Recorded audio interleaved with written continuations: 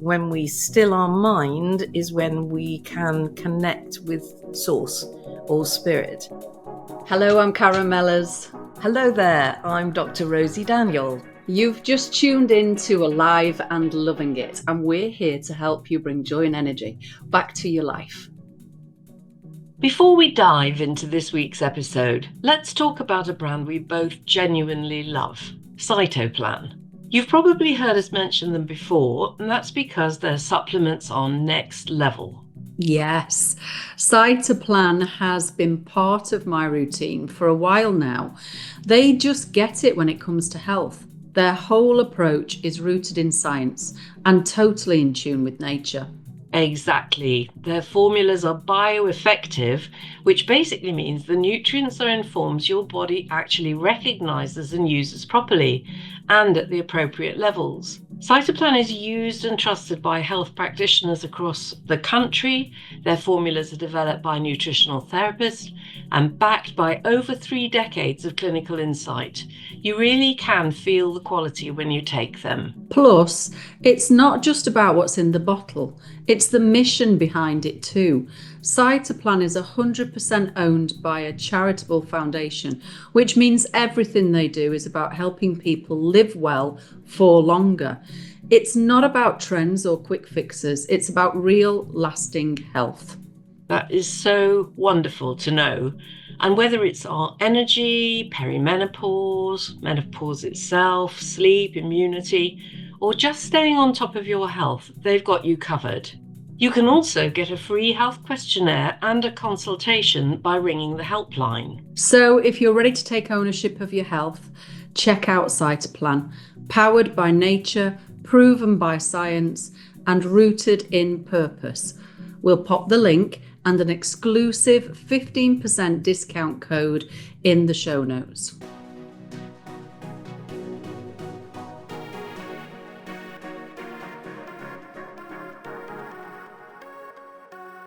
Well, we're right into season 2 now, Rosy, aren't we? And thank you again, everybody, for joining us this week. Very excited about this theme. I think we're right on the edge of understanding consciousness with this topic. And it's the health creation principle, spiritual connection. And we have 2 wonderful guests on the next 2 episodes. And I know you're as excited as me, Rosy, about this subject because it's juicy. It's new. It's new for me. It's juicy. And I know you've been wanting to speak far and wide about it for a long time. But let's start, love, with what do we mean by spirit? Okay, well, it is one of my most precious and favourite subjects, Karen. And I think I'll just introduce this by saying when I first got to the Bristol Cancer Help Centre back in 1985, I discovered for myself the mind-body connection. And when I got there, I discovered the spirit-matter connection. It was sort of, it just took me to a new level and a new understanding. Obviously not straight away, but my lens was just expanded dramatically in terms of what can happen for people and illness and healing when people connect to source or spirit or the divine or the universe, however people see this. So I have a way of kind of mapping this by saying, I think of there being spirit with a little s, which is my spirit, your spirit, the essential you or me, and then spirit with a big S, as of in the divine field in which we all exist, of which we're a part. And people like the author Greg Braden wrote his book, Divine Matrix, and put it, that each one of us is a spark of the divine matrix. And it's this newer consciousness and the quantum physics view of life put in our minds this concept of the particle and the wave, that, that something can be both finite and infinite. And so we've been given this idea that yes, we experience ourselves as the particle, but actually we are in a unified field of consciousness and divine love. And, I absolutely understand that some people listening will say, well, actually, the minute it starts to get at all religious, I'm out. And, I want to view this as a universal chi field. But others have that sense of that divine love, all loves excelling, the idea of the infinite beauty of creation and the implicate order of creation, and that that higher love that Stevie Winwood sang about in that gorgeous, Favorite gorgeous song. song. I like the Whitney Houston version actually as well. Oh, well, I'm already hooked, Rosy. I mean, it's so juicy. And I can hear, I mean, already in your first few sentences, there's so much wisdom and so much knowledge. It's like it's been locked up for a while, or you've had to change how you've spoken about it. And now it's like gushing out. Yeah, I'm ready to tell Well, I've everybody got about it. goosebumps talking about it, Karen. It's Oh, so exciting, and because I've seen what happens, when people do connect into this higher energy. yeah. So when I got to Bristol, and yes, we had beautiful transpersonal counselors working with helping people make meaning out of Mm, the crisis, find the message in the illness. But actually, it was very often what went on behind those in the healing rooms, with no words, just with the healers pouring divine loving energy into these depleted souls, these people whose spiritual energy was low, drained, exhausted, pissed off, however you mm, like to see it. mhm, And these people were being invited just to relax and just receive mm, this bountiful energy that the healers were channeling. And they were mm, very clear to say, this is not my energy. By the mhm. way, I'm not giving you my energy. I Yeah, am getting my head in heaven, sort of tuning myself in so that I can become a channel for the energy that you need. yeah. And so what I came to understand was that many of us live in a state of what I would call spiritual malaise, Mm. where we're just empty, low, just lost it, lost the plot, lost the meaning, lost. And we put up with it, We do. we almost are like, that's my lot. That's what I need to do. That's what I should do. That's what everybody does. And they go through this everyday practice, everyday routine that people have got, but being really unhappy. Yeah. I mean, what can that spiritual malaise do to us? What does it do to us? Well, I think, we all, even if we don't have at the moment a sense of spirit with a big S, we know when we're dispirited, when we're broken spirited, when there's no team spirit. We kind of know those terms in Yeah. our vernacular. And everything just feels hard and pointless. And I know others might say, well, isn't that just depression? That's a whole other conversation about what we mean by different mental illnesses. But, we know when we've got that energy, and when we've got that connection. And Yeah. one simple picture that I can give you is, when you go to the seaside and there's a harbour and all the boats and the tide is out and all the boats are on the sand, just Yes. completely there, and then you go back 6 hours later, and those little boats that were useless, couldn't go anywhere. Suddenly, the tides come in, and those little boats could sail off to France or South America. So We could do anything. yeah, Mm. it's like that when you see people.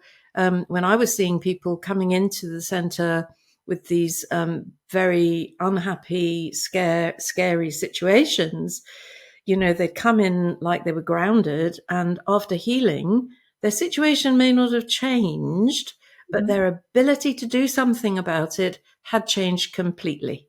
So, in the famous words of, the force was with them. It was, yeah. Well, I know how my spirit can change within a day. And now I've learned, I think this was a teaching from you, Rosie, that you once asked me, well, what is it that lifts my spirit? What is it that I love to do? And one of those things is dancing, which we discovered we both love to do. And when I dance, I feel I've got boundless energy. When I'm listening to the music, I feel I've got boundless energy. Mm. So when I'm happy, I will dance. But I think you said to me once, well, when you're dispirited, try dancing because it will bring you back into connection with that source of energy within me. And it does.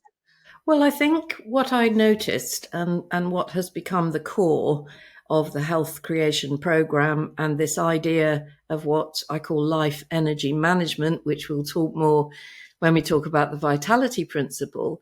But there's a point when our energy, our life energy, or our spirit sinks to a point where it's jolly difficult to self-help, Mm, where we don't have the motivation, we don't have the va-va-voom. And this is where I noticed that spiritual healing was so brilliant, or Reiki, because people were being lifted that first octave out of what I call that sort of low, below 30% energy level. They were being lifted to the point where they had enough energy to self-help. Because mm, when we're a therapist or a coach, to give people a self-help plan when they are flawed or grounded or, mm, bouncing on the bottom is quite unkind, because yeah, they're not going to be able to do it. mm, So I think that what I have noticed over the years is that when people are that defeated or low or broken or frightened, that giving this beautiful spiritual energy can lift them to a point where they can start to exercise, they can start to change their diets, they can think about life changes that need to happen.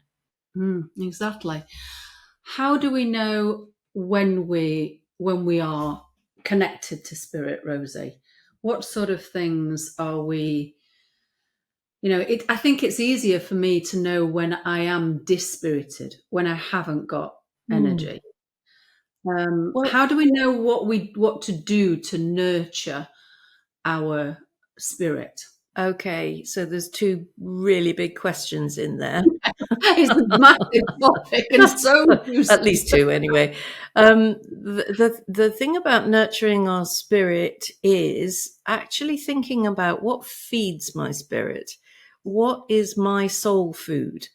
What gives me spiritual uplift?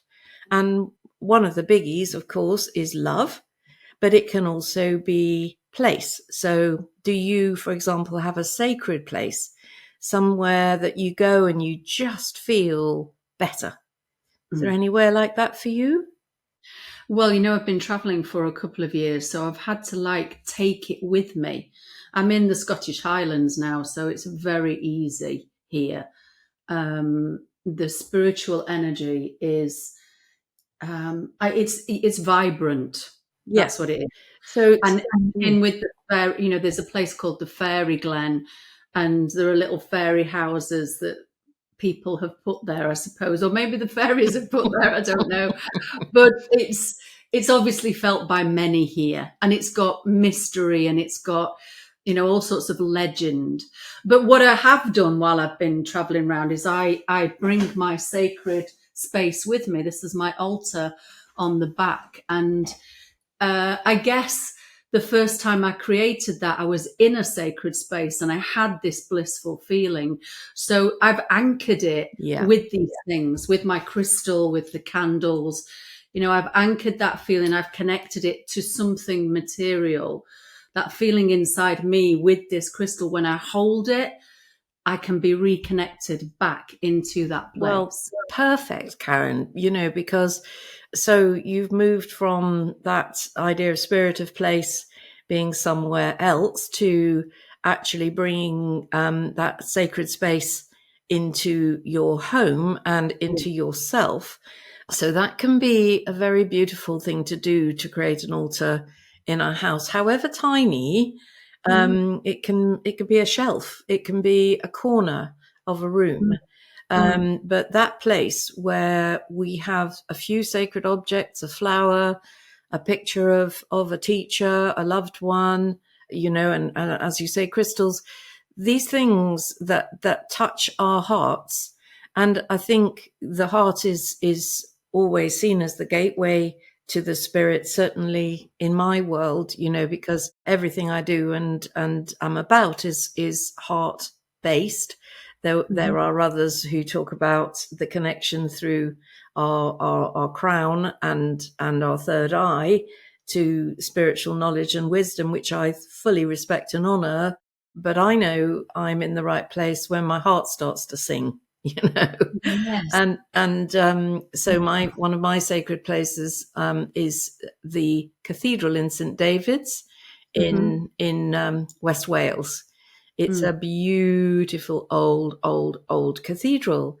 And I just get there and I just feel this kind of gorgeous heart resonance. I just am very coherent with the loving energy in that place.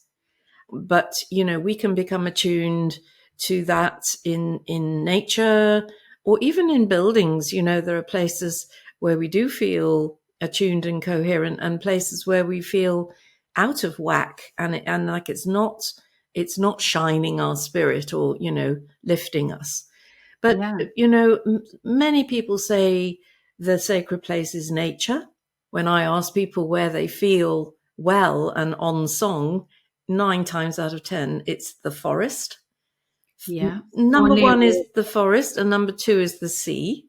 Yes. Near or in water, Yeah. I've heard. Yeah. Yeah, I'm hearing now more and more people saying that actually they've found that they've felt that unity consciousness in water.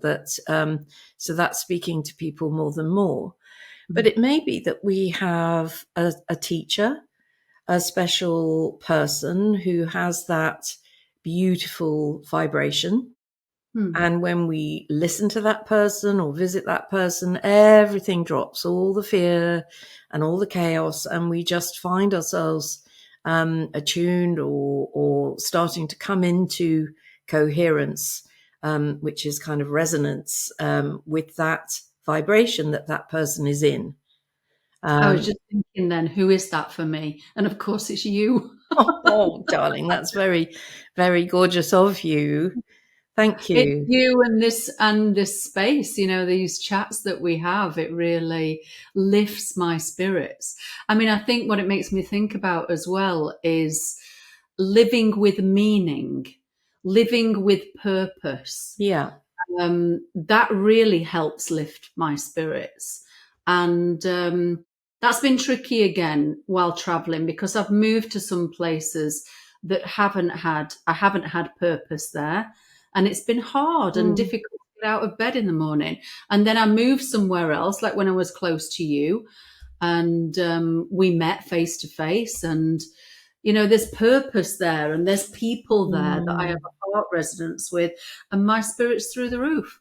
Well, you've just reminded me of a talk I heard recently at the IPM conference by a beautiful man called Dr.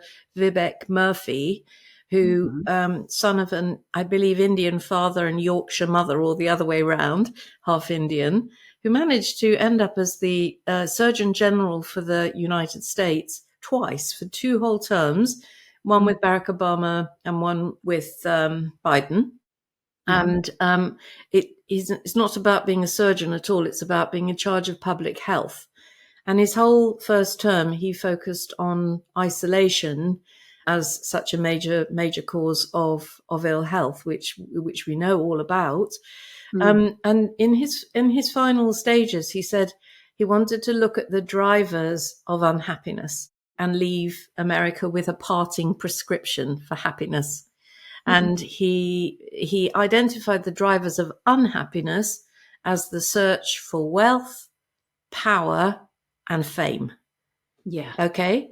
And then how he turned that around in terms of the prescription for happiness was about purpose, love, and service, about the giving, the giving of our love and our attention and our care to others. Now, we have spent nearly every episode so far telling people, yes, and don't forget yourself, love others as you love ourselves. So that's the big stitch in the knitting that we have to pick up, Absolutely. We can't give from an empty cup. Yeah.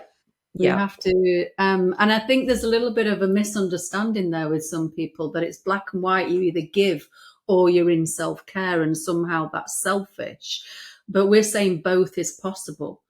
If you look after yourself, and I guess now what we're saying is that you find this connection to spirit, you find this strength within yourself, and from that place give to others and be in service. Exactly. That's sustainable, surely, Rosie, isn't Exactly it? Right. And what I would own as, coming into all this as a young woman, as a very much a wounded healer, in that sort of Chiron wounded healer energy, that I was at that point doing my work to make me feel better, So in other words, I was coming into it from the empty place and needing to do it to make me feel better. And the first counselor I worked with, she said this to me, and I said, do you mean when I'm healed, I won't want to be a doctor anymore? And well, unfortunately, you keep all of those skills there and the tool bag that you've got all that time. Well, that's what she said. She said, you will just come from a completely different place. And I now know that, when I was young and wounded and hurting, I was making everybody my responsibility. It was, I was way over the boundary, taking those people and their troubles into me as if they were my own. Now I will do what I can do for that person with my whole heart in the time we have, and then, as it were, release them back into the wild to be, to do their thing with that information and love that I've given them. So this is new insight to me, Rosie, because as I landed here in Scotland and I went to an energy healer, and he said to me, you don't know what's yours and what's everybody else's. And I had no awareness of that. I mean, obviously it was the right time for him to tell me this, because we've just come into the 3 episodes on the podcast on this very subject. But yeah, it's a new concept of this. That is yours. And I'll go a step further. Not only do I take on people's energy and their traumas and their fears and their emotions, I try and heal it for them. And so much of my energy has gone into, this self inner work and working in circle and trying to resolve something that actually wasn't mine in the first place. Well, so I am very grateful for this. What a fantastic insight your healer gave you. And I think the heart of mentorship is really that thing of reflecting to another what they're saying and what they're feeling, so that they can see themselves and hear themselves and then have access to their own wisdom. Because that's what's going to change somebody, is when they come up with the solution and when they see themselves clearly. So, well, that makes perfect sense now as well, because this gentleman said to me as well, if you are trying to heal it for them, they have no chance of healing it. Yeah. So in letting it go and leaving it with them, and like you say, that's so beautiful, Rosie, a health creation mentor will reflect back so that they can see themselves. At that point, there is a chance for their wisdom to come through. So you're almost like denying them of that. If you're trying to fix them, give them advice, heal it for them, you're taking that step away from somebody, taking that empowerment away from somebody. Totally right. And this is, when we start the mentor training, this is always the big first shocker for everybody, because they assume that they're going to be fixing people and advising people, and rather than being able to sit with enough stillness themselves to reflect. And when they hear the person coming up with what we call the golden nuggets, I have had enough of being abused. You have had enough of being abused. When Yeah. we can reflect back to people those absolutely core essential truths, that's really where the change happens. But going back to your question of how do we lift our spirit, the classic way that every spiritual teacher and religion of the world will tell us is about going inside and actually coming into stillness. And Yeah. so every single religion of the world says that the kingdom of heaven is within, and Mhm. that when we still our mind is when we can connect with source or spirit, and move into that higher consciousness, which is often called unity consciousness, or in the Christian way, intercommunion. So how I describe it when I'm teaching meditation is that if you think of the sky, the blue sky, and the cloud layer that's normally there, especially today in Britain, and you think of this analogy with our consciousness is usually full of the contents of consciousness, which are thoughts and feelings, sensations, and so all that noise that's Mhm. coming into that consciousness. But as we get still and meditate, little gaps appear and the clouds start to drift apart, and we catch glimpses of the blue sky of our consciousness. And if we practice more, then the clouds can part and out can come the sun. So it's like that when we start to learn to meditate, that as we're allowing the contents of consciousness to subside, it's like we start to see and feel our true being and connect to source. Sometimes meditation can be difficult for people if they've got a lot of noise going on. Very busy minds, very active mind, very busy life. How do we get to sort of, because I think there's judgment as well, there's self-judgment, and people give up, like, oh, I'm not meditating how I think I'm supposed to do it, and therefore I can't do it. Limiting beliefs come in, and Mm. people give up. But I guess these things are called practices for a reason, are they? Well, quite so. And I think step one is learning to relax. So most of us, and my definition there is really that relaxation is getting fear levels down in the body, mind. So most of us are tense and wired and overstimulated and buzzing with caffeine and so forth.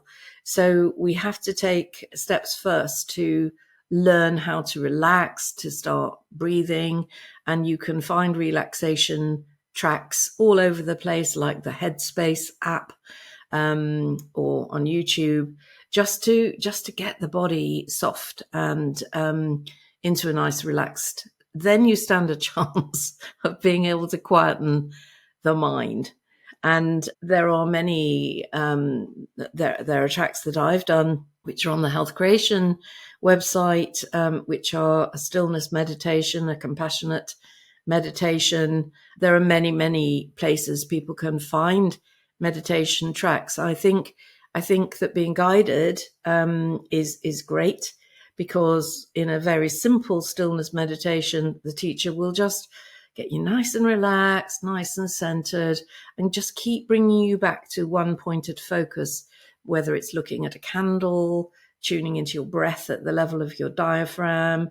And yes, your mind will wander, and you're off doing the shopping or wondering if you've left the tap on or whatever, and then you bring your mind back, just so that you have a one pointed focus that can anchor you.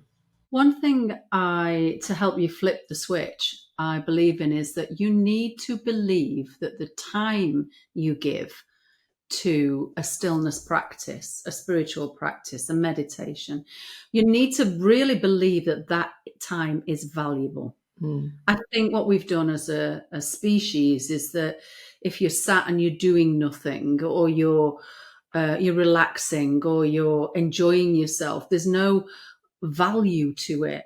But it might not be making money, but there is still value. We've lost this sort of understanding of what value is. But I really like when I do my daily practice in the morning, because you know me, I won't do a work meeting until 11 o'clock now because I have these practices that I do. But I sit down on my yoga mat and I hear the instructor say, value this time you are giving to yourself. So I put a value on it. Lovely. How can we- One of my friends and teachers, Richard Farmer, who's a Tai Chi master and healer, he says even if we stop for 5 minutes to touch in to our own spirit, and to spirit with a big S, that can be enough. And the Brahma Kumaris in their hospital, they have a bell that chimes on the hour, every hour, just so that people take a minute to just drop out of all their stuff and just connect with their heart to source. So what we're saying then is, if we have a stillness practice, if we have a meditation, if we have a prayer time, all of these things are spiritual practice. I guess where we're in receiving mode rather than giving out mode, that is a way that we connect up to a higher energy. I'm going to just give you another picture, literally, which is that if you were an artist and you had a canvas and you kept on painting on top of the same canvas, a new picture, that canvas would get pretty muddy. Yeah. So in those 5 minutes, when you allow your brain, this is going over to the physiology side of it, if you allow your brain to stop thinking, doing, sorting, synthesizing, all the things it does, and just give it 5 minutes to completely rest without putting any new stuff in there, you restart with a fresh canvas. Mm-hmm. So you reboot your neurons. You can synthesize some more neurotransmitters. So if people prefer to look at the science of it, you're giving your mind a rest. You're giving your brain a rest so that it can reboot. And often people say when they open their eyes after a meditation, wow, the colors are so bright, because they've literally made some new neuropeptides. They've refreshed the brain. Wonderful, wonderful. That's a great explanation, Rosy. It's making more sense as we speak. The clarity is coming. So tell us a bit more about spiritual healing and why it's so important to you. Okay. So I think I already said that when I first got to Bristol, for me, it was about the mind-body connection. But at that time, I was really, really unhappy and struggling because my brother, who's out with this story, by the way, was in a really difficult mental health crisis with manic depression, and had been into hospital several times in full mania. And our parents had died when we were both young, so it fell to me to look after my brother. And on one occasion, I had this really, really awful moment of having to help him get sectioned into a really nasty old-fashioned mental hospital. Yeah, it was absolutely horrible. And I came away feeling like the worst sister on the planet. I was quite young, and but I had recently met Penny Bron. And I said to Penny, what on earth can I do? What on earth can I do? And she said, I don't think you can do anything. So that was a bit of a shocker. And I said, what do you mean? And she said, I think you need to come in from the top. And I said, what on earth are you talking about, Penny? And she said, you need to get the healers involved. You need to get the spiritual healers involved. And I didn't know what she was talking about. I said, take me there, introduce me. What do I need to do? So she introduced me to a beautiful woman in Bath called Cynthia Evanson, who was a healer with the White Eagle Lodge. And so I went to meet Cynthia, and I told her in floods of tears about what was happening. And I said, well, can you help? And she said, only if you will hand him over to me. So Oh, in retrospect, I now know that I was part of the problem, okay. and Hmm. actually that my being strong was part of that disabling of my brother. Mm. And I needed to get myself to step back and out of the picture. Anyway, so about 6 weeks rolled on, during which time he had chemical, drugs and what have you, to bring him back down to the planet. And eventually he felt down enough and grounded enough to ask to see me. And I went to see him. And just to say, Cynthia and her colleagues at the White Eagle Lodge had been sending him healing every single day after that moment when I met her. And he basically said to me, before he even said hello, he said to Mhm. me, Rosy, I don't know what it is, and I don't know where it's coming from, but I am being helped. And I, of course, burst into tears. I could burst into tears now telling you about it, because it Yes, was lovely. so fantastic to Yeah. know that he'd been reached, He'd been Mm. reached beyond the drugs, beyond the craziness, beyond all the chaos in that place with all those extremely distressed people. Yeah. So Mm. it still Oh, touches bless. me very deeply. And I can tell you that he said, okay, I told him what was happening, told him about Cynthia. And he said, where is she? I've got to go and meet this lady, which he did. And he became the firmest of friends with her. And he never went back into mental hospital again. So, Amazing. so if I needed if I needed any more convincing about the Yeah. power of spirit and of spiritual healing, Yeah. I needed to look no further, because it was right there, and I was shown how it can work. Thank you. Yeah, Thank you so much for sharing that with us and how tender that still is, and must have been so hard as that responsible sister to let go in that way. yeah, But you actually, enabled the healing in the yeah. letting go, which it must have been so hard to do, love. Well, Mm. I think there's just a million lessons in there for all of us who find ourselves entangled in the Mm. pain of our families. And, people Yeah. always talk about tough love being the only way. I think actually, because there was another sibling also in mental health crisis, but I think the timing of tough love, it's about when there's enough love in the love tank, when the person knows they're loved and that you can give no more, and that you're letting go. But to be able to hand somebody in that position over to spirit, over to the angels, into higher love in that way, that is what each of us need to know, that we're not letting go and dropping this person from a great height. We are passing them over. Well, even the term letting go has a negative energy to it, like almost like you don't care, or Yeah. you're not going to help anymore.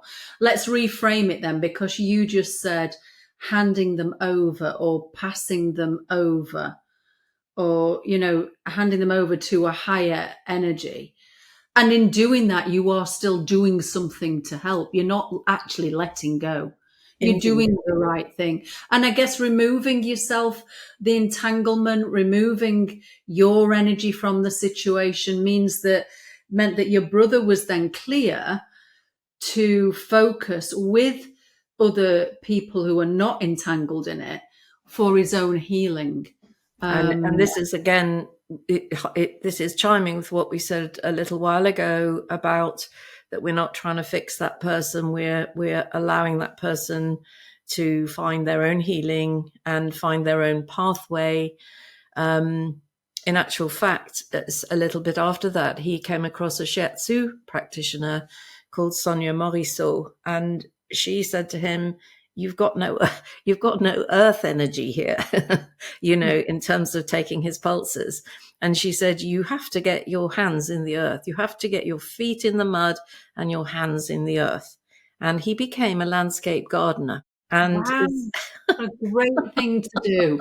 and he still is, but he also runs choirs and is a source of joy and spiritual uplift to Yeah. now many, many, many people, not to mention creating beauty in gardens and landscapes and all of that. It sounds like he's found meaning. It sounds like he's on purpose. Yeah. And it came through. It came through a crisis. That's what I'm noticing, Rosie, is that if people are not connected, if we're disconnected in some way to our purpose, our meaning of life, the meaning of life for us, that it somehow brings us to a crisis point. That could be like a health diagnosis or some level of trauma where we can't ignore it anymore. And then that becomes a healing opportunity from that place. Absolutely. And this is, for anybody listening who is in at that place of what, how on earth do I cope? How on earth does my family cope? Both the Healing Trust, that used to be called the National Federation of Spiritual Healers, so now just Healing Trust, the Reiki Federation, the White Eagle Lodge, the Harry Edwards Healing Sanctuary, all of these people do distant healing. So that's what Cynthia was providing for my brother, that she was doing this at a distance, and so what's now being shown, and this is again prayer, but it is a slightly different frequency to prayer in terms of that healing energy spectrum, because in prayer we're putting our thought and our intention and our love out. With the healing, there's actual energy flow, there's actual energy being given. But anybody listening right now thinking, well, I want some of that for somebody in my family, all you have to do is ring one of these bodies, the Healing Trust, for example. I think they're open 10 till 4 every single day. You can sign up for distant healing for 6 weeks at a time. They will tell you the 2 or 3 healers in your area that you can tune in with. And some do it for free. Some do it for donations for the charity, and others charge if it's how they earn their living. But some can come to the house if a person can't get to them. And I think I've mentioned already on the podcast the most joyful fact that there are now more healers in the UK than there are GPs. Yeah. It's a good resource. It's been building for a while, and it's ready to take on the collective healing that's in the field now. There's so many things that are coming up in the media that are being unearthed. These things that have been hidden in the past. It's in the field. It's within us. It's in the field. And it feels like this bank of therapists have just been building ready for this time. Well, yes. And just a parting thought is that when I went to Japan to study with the Jo-Rei Society, I learned that the Rei in Jo-Rei is the same Rei as in Reiki, but Reiki is universal energy, whereas Jo-Rei is divine energy. And what the founder, Mokichi Okada, taught is that every single one of us can heal. And he taught a practice called daily Jo-Rei, where people would, in families, in offices, would give each other 10 minutes of healing per day in both directions. So what it meant was that 2 people were getting a spiritual connection, but also a social connection, and sitting and taking that time within everyday context. So it isn't like I've got to make a visit to see the healer. I can be a healer, and I can both give and receive healing. And I know your beautiful colleague, Paula Petrie, is starting to do something called Healing Waves. Do you want to tell us about that? Yes, it's very, very new. We'll share more information in the show notes, but it's called Healing Waves, and it's a circle with 12 people involved. And we travel together over 3 months, twice a month, and we give and receive spiritual healing. Beautiful. And because like the work of Lynn McTaggart, The Power of Eight, when you're in a group, so individuals can give and receive healing, but when you are in a group, the power is amplified. Mm. And so that's the intention of it, is for people to come in that want to receive healing, but also to tune into how their energy can then be used to how they can channel energy to then heal others. So very excited about being involved in that, and it starts in the new year. So Beautiful. yeah, Beautiful, beautiful. So, I mean, many of us who are sensitives, who have realized, latterly that we're very attuned to energies, and that's the starting of recognizing that yes, you can pick up energy, but you can also facilitate healing for others and yourself. So, well, I know from a personal point of view, I've worked very much in giving out. I am a giver. Give, give, give, give, give, give, give. And as I'm getting older, my energy source is getting less. I can't do that anymore, Rosie. But what I'm learning now is to be in that balance of giving and receiving at the quite same right. time, within the Well, same minute, within the same 5 minutes. Such a difference. Yeah. exactly. And I think, just final thought, to get ourselves from that low energy doldrums into the part where we can self-help, we have to be able to receive. Yeah. We have to, so I say here and now, that we give permission for you to receive and to soak up energy, to soak up the warmth, the love that is available to you. And then step 2 is not to give it all away again. So, I saw people receiving healing, feeling, oh, I'm back, and then starting a support group and running the school, council or whatever. So the step 2 is then putting yourself at the top of the list of people that you look after, so that you bank, and allow that energy to fill your chalice. Don't be a leaky sieve with all that energy running away. Just be a golden chalice and just allow the energy to be held sacred in that special place. Oh, just such a wonderful way of explaining it, Rosie. Keep talking about this subject whenever you can. We have a lot to learn. It'd be wonderful if anybody's got any questions, if anybody can add to this wisdom, please go on the website, fill in the contact form. There's a space on there for you to share whatever you want to share with. And we love receiving those.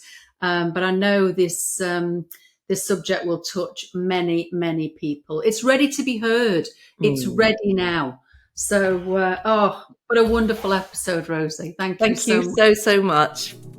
Thank you so much for joining us on this episode of Alive and Loving It. We really hope that today's conversation has sparked your passion and showed you ways to open up into the vibrant life that's possible for you. Absolutely, Rosie. I mean, we do have to remember that transformation begins with love, and that is self-love, love for others, and love for our beautiful planet. When you embrace love and you just allow yourself to receive as much as you give, you unlock the fullest potential of your life. That is the truth, Karen. And we're here to support you every step of the way on your journey. So if you enjoyed what you heard today, please join our community and check out our trainings and our services, such as my Dr. Rosy Daniel Clinic and Karen's beautiful women's circles and retreats, and the events where we can all go deeper together. And do please send us your feedback. We want to hear your ideas for the podcast. who you'd like us to interview, and the questions you want us to ask and get answered. Through the contact page on our website, just go to aliveandlovingit.org. I've really enjoyed reading them. But when you're there, be sure to sign up for our newsletter and updates. And what about following us on Instagram as well? We are at Alive and Loving It Community. Once you've signed up to the newsletter, you'll receive extra notes from today's show and more inspiration to help you live your most vibrant life. Thank you for being with us. Keep shining, stay true to yourself, and remember, this is your time to live your fullest, healthiest life. So until next time, keep doing what you love most in life. I know Rosy and I will be. We're so excited to connect with you on the next episode of Alive and Loving It, and we welcome you with open hearts to our Alive and Loving It community.